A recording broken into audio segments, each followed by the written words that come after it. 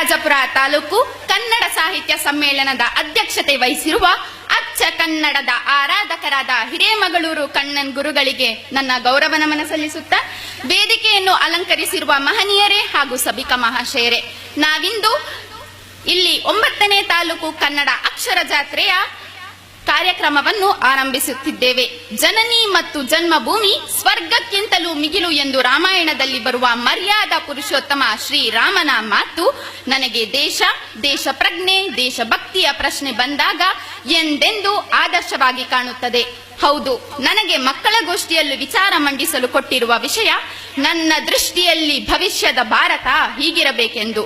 ತುಂಬಿರುವ ಈ ಸಭೆಯಲ್ಲಿ ಪ್ರಾಜ್ಞರಾದ ಹಿರಿಯರ ಮುಂದೆ ನನ್ನ ಮತಿಯ ಮಿತಿಯೊಳಗೆ ವಿಚಾರವನ್ನು ಮಂಡಿಸುತ್ತೇನೆ. ನನ್ನ ದೃಷ್ಟಿಯಲ್ಲಿ ಭವಿಷ್ಯದ ಭಾರತ ಹೀಗಿರಬೇಕು ಎಂದು ಕಲ್ಪಿಸಿಕೊಳ್ಳಬೇಕಾದರೆ ಭೂತ ಹಾಗೂ ವರ್ತಮಾನದಲ್ಲಿ ಭಾರತ ಹೇಗಿತ್ತು ಮತ್ತು ಈಗ ಹೇಗಿದೆ ಎಂಬ ತಿಳುವಳಿಕೆ ತುಂಬಾ ಮುಖ್ಯ ಅಲ್ಲವೇ? ಉತ್ತರದಲ್ಲಿ ಹಿಮಾಲಯ ಶ್ರೇಣಿ, ದಕ್ಷಿಣದಲ್ಲಿ ಹಿಂದೂ ಮಹಾಸಾಗರ, ಪೂರ್ವದಲ್ಲಿ ಗಂಗಾಸಾಗರ ಅರ್ಥಾತ್ ಬಂಗಾಳ ಕೊಲ್ಲಿ, ಪಶ್ಚಿಮದಲ್ಲಿ ಸಿಂಧೂ ಸಾಗರ ಅರ್ಥಾತ್ ಅರಬ್ಬಿ ಸಮುದ್ರ.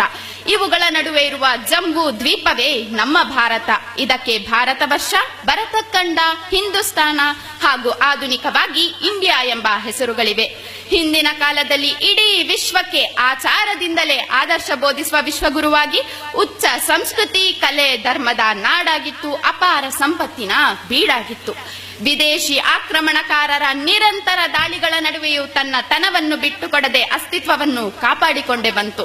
ಇನ್ನು ವರ್ತಮಾನಕ್ಕೆ ಬಂದರೆ ಸ್ವಾತಂತ್ರ್ಯ ನಂತರದ ಕಾಲದಲ್ಲಿ ವಿವಿಧತೆಯಲ್ಲಿ ಏಕತೆಯನ್ನು ಸಾಧಿಸುತ್ತಾ ವಿಶ್ವದ ಅತಿ ದೊಡ್ಡ ಪ್ರಜಾತಂತ್ರ ರಾಷ್ಟ್ರವಾಗಿ ಇದೀಗ 130 ಕೋಟಿ ಜನಸಂಖ್ಯೆಯನ್ನು ಹೊಂದಿದೆ. ಅಭಿವೃದ್ಧಿ ಹೊಂದುತ್ತಿರುವ ರಾಷ್ಟ್ರಗಳ ಸಾಲಿಗೆ ಸೇರುತ್ತಿದೆ. ಶತ್ರು ರಾಷ್ಟ್ರಗಳ ಕಿರುಕುಳ, ಅನಕ್ಷರತೆ, ಬಡತನ, ಕೋಮುಗಲಭೆ ಇತ್ಯಾದಿ ಸಮಸ್ಯೆಗಳ ನಡುವೆಯೂ ದೇಶ ಬುದ್ಧ ಗಾಂಧಿ ಹಾಕಿಕೊಟ್ಟ ಶಾಂತಿಯ ಮಾರ್ಗದಲ್ಲಿ ಸಾಗುತ್ತಾ ಇದೀಗ ವಿಜ್ಞಾನ ಮತ್ತು ತಂತ್ರಜ್ಞಾನದಲ್ಲಿ ಇಡೀ ವಿಶ್ವದಲ್ಲಿ 5ನೇ ಸ್ಥಾನವನ್ನು ಪಡೆದಿದೆ. ವಿಜ್ಞಾನ ಮತ್ತು ತಂತ್ರಜ್ಞಾನ, ಸಾರಿಗೆ ಸಂಪರ್ಕ, ಕೃಷಿ ಕೈಗಾರಿಕೆ, ಕ್ರೀಡೆ ಮುಂತಾದವುಗಳಲ್ಲಿ ಹಲವು ವಿಕ್ರಮಗಳನ್ನು ಸಾಧಿಸಿ ಇಡೀ ವಿಶ್ವ ನಮ್ಮ ಕಡೆಗೆ ನೋಡುವಂತೆ ಮಾಡಿದೆ. ಇನ್ನು ಭವಿಷ್ಯದಲ್ಲಿ ಭಾರತ ಹೇಗಿರಬೇಕು? ಅದು ಕಿರಿಯಳಾದ ನನ್ನ ದೃಷ್ಟಿಯಲ್ಲಿ ಕನಸು ಕಾಣಬೇಕೆಂದು, ಅದನ್ನು ನನಸನ್ನಾಗಿ ಪರಿವರ್ತಿಸಲು ಪ್ರಯತ್ನಿಸಬೇಕೆಂದು ಡಾಕ್ಟರ್ ಅಬ್ದುಲ್ ಕಲಾಂ ರವರು ವಿದ್ಯಾರ್ಥಿಗಳಾದ ನಮಗೆ ಹೇಗೂ ಕರೆಯುತ್ತಿದ್ದಾರಲ್ಲ, ನನ್ನ ಕನಸಿನ ಪ್ರಕಾರ ನಮ್ಮ ದೇಶ ನಿಜವಾದ ಅರ್ಥದಲ್ಲಿ ರಾಮರಾಜ್ಯವಾಗಬೇಕು. ವಿಶ್ವದ ಮುಂಚೂಣಿ ರಾಷ್ಟ್ರಗಳ ಸಾಲಿಗೆ ಸೇರಬೇಕು. ಗತಿಸಿದ ನೆನ್ನೆಗಳ ಅನುಭವದ ಆಧಾರದ ಮೇಲೆ ಹುಟ್ಟಿರದ ನಾಳೆಗಳ ಬಗ್ಗೆ ನನ್ನ ದೇಶ ಮುಂದೆ ಹೀಗೆ ಬೆಳೆಯಬೇಕು ಎಂದು ಆಶಾವಾದಿಯಾಗಿ ಕನಸು ಕಂಡಿದ್ದೇನೆ. ಅದನ್ನ ನಿಮ್ಮೊಂದಿಗೆ ಹಂಚಿಕೊಳ್ಳ ಬಯಸುತ್ತೇನೆ. ಸ್ವಾತಂತ್ರ್ಯ ದೊರೆತ 70 ವರ್ಷಗಳಲ್ಲಿ ಭಾರತ ಸಾಗಿ ಬಂದ ದಾರಿ, ತಲುಪಬೇಕಾದ ಗುರಿ ಇವುಗಳನ್ನು ತುಲನೆ ಮಾಡಿದರೆ ನಾವು ಸಾಧಿಸಿರುವುದು ಕೈಯಗಲದಷ್ಟು, ಸಾಧಿಸಬೇಕಾಗಿರುವುದು ಕಡಲಿನಷ್ಟು ಎಂಬುದು ಸ್ಪಷ್ಟವಾಗಿ ನನಗೆ ತಿಳಿದಿದೆ. ಆದರೂ 2025ನೇ ಇಸವಿ ವೇಳೆಗೆ ಇಡೀ ವಿಶ್ವಕ್ಕೆ ನನ್ನ ದೇಶ ದೊಡ್ಡಣ್ಣನಾಗಬೇಕೆಂಬುದೇ ನನ್ನ ಹೆಬ್ಬಯಕೆ. ಹೌದು, ದೊಡ್ಡಣ್ಣನಾಗುವುದು ಯಾವುದರಲ್ಲಿ? ಜನಸಂಖ್ಯೆಯಲ್ಲಂತೂ ಖಂಡಿತ ಅಲ್ಲ, ಬದಲು ಅಭಿವೃದ್ಧಿಯಲ್ಲಿ. ಇದು ಸಾಧ್ಯವಾಗಬೇಕಾದರೆ ನಾವು ಸಾಧಿಸಬೇಕಾಗಿರುವುದು 100ಕ್ಕೆ 100ರಷ್ಟು ಸಾಕ್ಷರತೆ ಹಾಗೂ ಸ್ವಾವಲಂಬನೆ. ಯೋಗ್ಯತೆ, ಉತ್ಕೃಷ್ಟತೆ, ಪ್ರಾಮಾಣಿಕತೆ, ಕರ್ತವ್ಯ ದಕ್ಷತೆ ಹಾಗೂ ಪರಿಶ್ರಮ ಈ ಪಂಚಶೀಲ ಗುಣಗಳನ್ನು ವಿದ್ಯಾರ್ಥಿಗಳಾದ ನಾವೆಲ್ಲರೂ ಮೈಗೂಡಿಸಿಕೊಂಡು ಸಾರ್ಥಕ ಶಿಕ್ಷಣ ಪಡೆದು ಪ್ರತಿಭಾ ಪಲಾಯನ ಮಾಡದೆ ಇಲ್ಲೇ ಬದುಕನ್ನು ಕೊಟ್ಟಿಕೊಂಡು ದೇಶದ ಋಣ ತೀರಿಸಿದರೆ ಬಹುಶಃ ಅದಕ್ಕಿಂತ ದೊಡ್ಡ ದೇಶ ಸೇವೆ ಬೇರೆ ಬೇಕಾಗಿಲ್ಲ. ಭಾರತ ಎಂಬ ಹೆಸರಿನಲ್ಲಿಯೇ ಭಾವ, ರಾಗ, ತಾಳಗಳಿವೆ. ನಾವೆಲ್ಲರೂ ಒಂದೇ ಎಂಬ ಏಕೋಭಾವದಿಂದ, ಧರ್ಮದ ಕಾರಣದಿಂದ ರಾಗ ದ್ವೇಷಗಳಿಗೆ ಒಳಗಾಗದೆ ದೇಶಾಭಿವೃದ್ಧಿಯ ತಾಳ ತಪ್ಪದಂತೆ ಲಯಬದ್ಧವಾಗಿ ದೇಶವನ್ನು ಕಟ್ಟಬೇಕು. ಜಾತಿ, ಮತ, ಕುಲ, ಪಂಥ ಇವುಗಳನ್ನೆಲ್ಲ ಕಿತ್ತೆಸೆದು ಮೊದಲು ನಾನು ಭಾರತೀಯ, ಆಮೇಲೆ ಏನಿದ್ದರೂ ನನ್ನ ರಾಜ್ಯ, ನನ್ನ ಜಿಲ್ಲೆ, ನನ್ನ ಊರು, ನನ್ನ ತಾಲೂಕು, ನನ್ನ ಕುಟುಂಬ, ಕೊನೆಯದಾಗಿ ನಾನು ಎಂಬ ಸಮಷ್ಟಿ ಪ್ರಜ್ಞೆ ಮೂಡಬೇಕು. ಅರ್ಥಾತ್ ಮೊದಲು ನಾನು ರಾಷ್ಟ್ರೀಯ ಪ್ರಜೆ ಎಂಬ ಭಾವನೆಯನ್ನು ವಿದ್ಯಾರ್ಥಿಗಳಲ್ಲಿ ತುಂಬಬೇಕು. ದುಡಿಯದೆ ತಿನ್ನುವುದು ಆರ್ಥಿಕ ಅಪರಾಧವಾದರೆ ದುಡಿದದ್ದನ್ನು ತಾನೊಬ್ಬನೇ ತಿನ್ನುವುದು ಸಾಮಾಜಿಕ ಅಪರಾಧ ಎಂಬ ಮನವರಿಕೆಯನ್ನು ದೇಶವಾಸಿಗಳಿಗೆ ತುಂಬಬೇಕು. 5% ಶ್ರೀಮಂತರ ಮನವೊಲಿಸಿ ಸದೃಢ ರಾಷ್ಟ್ರ ಕಟ್ಟಲು ಅವರ ಸಹಾಯವನ್ನು ಪಡೆಯಬೇಕು. ಶಿಕ್ಷಣವನ್ನು ಜಪಾನ್, ಚೀನಾ, ಫ್ರಾನ್ಸ್, ಜರ್ಮನಿಗಳಲ್ಲಿರುವಂತೆ ಮಾತೃಭಾಷೆಯಲ್ಲಿಯೇ ನೀಡಬೇಕು. 8% ಇಂಗ್ಲಿಷ್ ಭಾಷೆ ಬಲ್ಲವರು, ಉಳಿದ 92% ಜನರು ಬೌದ್ಧಿಕವಾಗಿ ಕೆಳಮಟ್ಟದವರು ಎಂದು ಭಾವಿಸುತ್ತಾರೆ. ಇದನ್ನು ಹೋಗಲಾಡಿಸಿ ದೇಶದಾದ್ಯಂತ ಏಕರೂಪದ ಶಿಕ್ಷಣ ಜಾರಿಗೆ ಬರಬೇಕು. ಆಂಗ್ಲ ಭಾಷಾ ವ್ಯಾಮೋಹಿಗಳಲ್ಲಿ ನನ್ನದೊಂದು ನಮ್ರ ವಿನಂತಿ. ಇಂಗ್ಲಿಷ್ ಅನ್ನು ಒಂದು ಭಾಷೆಯಾಗಿ ಪರಿಗಣಿಸಬಹುದೇ ಹೊರತು ಜ್ಞಾನದ ಮಾನದಂಡವೆಂದಲ್ಲ.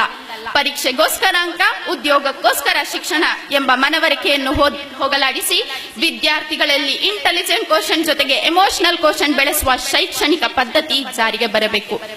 ಈಗ ಇರುವ ಮೀಸಲಾತಿಯ ಬಗ್ಗೆ ಮಾತಾಡುವಷ್ಟು ನಾನು ಪ್ರಬುದ್ಧಳಲ್ಲ.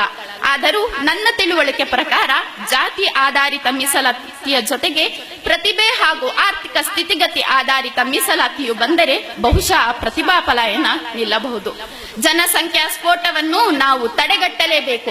ಏಕೆಂದರೆ ನಾವು ಎಷ್ಟೇ ಅಭಿವೃದ್ಧಿ ಸಾಧಿಸಿದರೂ ಏರುತ್ತಿರುವ ಜನಸಂಖ್ಯೆ ಅದನ್ನೆಲ್ಲ ಕಬಳಿಸುತ್ತದೆ. ಆದ್ದರಿಂದ ಒಂದೇ ಮಗುವಿನ ಮಿತಿಯನ್ನು ಹೇರಬೇಕು. ಇದನ್ನು ಉಲ್ಲಂಘಿಸಿದವರಿಗೆ ರಾಜಕೀಯವಾಗಿ, ಔದ್ಯೋಗಿಕವಾಗಿ ಪ್ರವೇಶ ನೀಡಬಾರದು. ಹೊಟ್ಟೆಗೆ ಅನ್ನ ನೀಡುವ ರೈತ, ದೇಶ ಕಾಯುವ ಸೈನಿಕ, ಇವರಿಬ್ಬರೇ ನಮ್ಮ ದೇಶದ 2 ಕಣ್ಣುಗಳಿದ್ದಂತೆ. ರೈತ ಕಣ್ಣೀರಿಟ್ಟರೆ ದೇಶದಲ್ಲಿ ರಕ್ತದ ಹೊಳೆಯೇ ಹರಿದೀತು. ಸೈನಿಕರನ್ನು ನಿರ್ಲಕ್ಷಿಸಿದರೆ ನಮ್ಮ ದೇಶ ಮತ್ತೊಮ್ಮೆ ಗುಲಾಮಗಿರಿಗೆ ತಳ್ಳಲ್ಪಟ್ಟಿತು. ಆದ್ದರಿಂದ ಇವರಿಬ್ಬರ ಯೋಗಕ್ಷೇಮ ಕಾಪಾಡುವುದು ತುಂಬಾ ಮುಖ್ಯ. ಬುದ್ಧ, ಗಾಂಧೀಜಿ, ಬಸವಣ್ಣ, ಅಂಬೇಡ್ಕರ್ ಅವರ ಜೀವನ ನಮಗೆ ಮಾದರಿಯಾಗಬೇಕು. ಅವರ ವ್ಯಕ್ತಿ ಪೂಜೆಗಿಂತ ವಿದ್ಯಾರ್ಥಿಗಳಲ್ಲಿ ಅವರ ಅಮರ ಸಂದೇಶ ಬಿತ್ತನೆ ಮಾಡುವ ಯೋಗ ಶಿಕ್ಷಣ, ನೈತಿಕ ಶಿಕ್ಷಣ ಜಾರಿಗೆ ಬರಬೇಕು.